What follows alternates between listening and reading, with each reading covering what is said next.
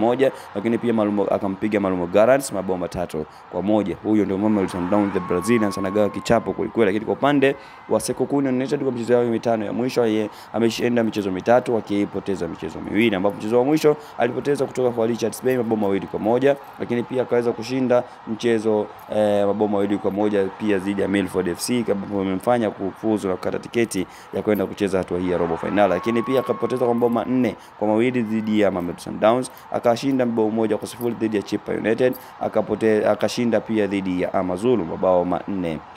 Lakini ukifuatilia katika michezo yao waliocheza mpaka sasa, michezo yao 8 ya mwisho kama nilivyokuambia, Mamelodi Sundowns wameshinda 7, akienda sana mchezo mmoja, hakuna ushindi wowote kwa upande wa Sekokuni United. Na mchezo ambao umetoa magoli mengi zaidi ni mchezo wa mwisho aliocheza, ambapo Mamelodi Sundowns alipata ushindi wa mabao 4-2, ambapo magoli yalifungwa na Almorena, alifunga bao la kwanza, lakini pia Suarez akafunga bao la pili, lakini bao la tatu Ribeiro, bao la 4 Salah.